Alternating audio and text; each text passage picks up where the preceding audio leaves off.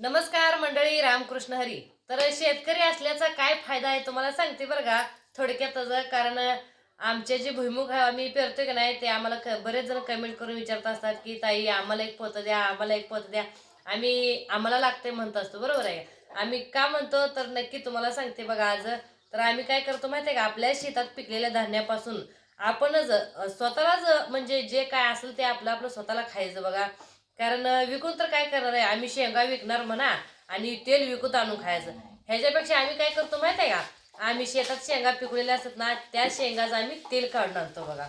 तर हे बघा, हे असं भुईमुगचं तेल काढून आणलंय बघा, शेंगदाणे तेल. आणि एकदम मस्त एक पोतं शेंगा आम्ही नेलत्या तेल काढून आणण्यासाठी. म्हणजे लईत लई 50 ते 55 किलो असतील ते शेंगा, किंवा 45 किलो असतील बघा. आम्ही काही जोखले नाहीत काय नाही, कारण आमच्या माहेरीच तेलाची मिल आहे ना, त्यामुळं आम्ही काढून आणले बघा. तिथं नेऊन शेंगा एक पोतं नेलतं आणि एक पोत्याचं तेल काढून आणले बघा. हो, हे एक डबडं भरले. आता बरेच जण मला विचारतात एका पोत्याचं तेल किती निघतं, एका पोत्याचं तेल किती निघतं. तर अंदाजे तसं सांगता येत नसतं. शेंगा जर चांगल्या असल्या ना तर तेल पण चांगलं निघतं बघा बऱ्यापैकी.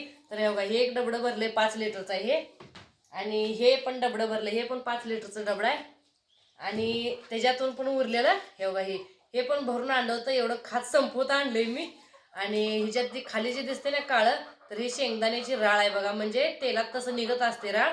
ती असं डबड्यात ओतून ठेवलं ना तेल, त्याची राळ जी आहे ना अशी खाली राहते आणि तेल आपल्याला वरच्यावर चांगलं खायला भेटते बघा.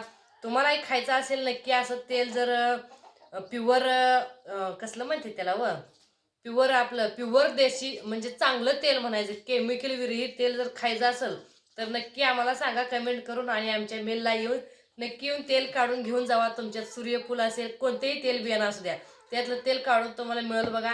आणि नक्की कमेंट करून सांगा आवडते का तेल खायला. कुणी खाल्लं असेल तरी पण सांगा कसं लागतंय तेल, बरं का. लय भारी लागतंय बघा.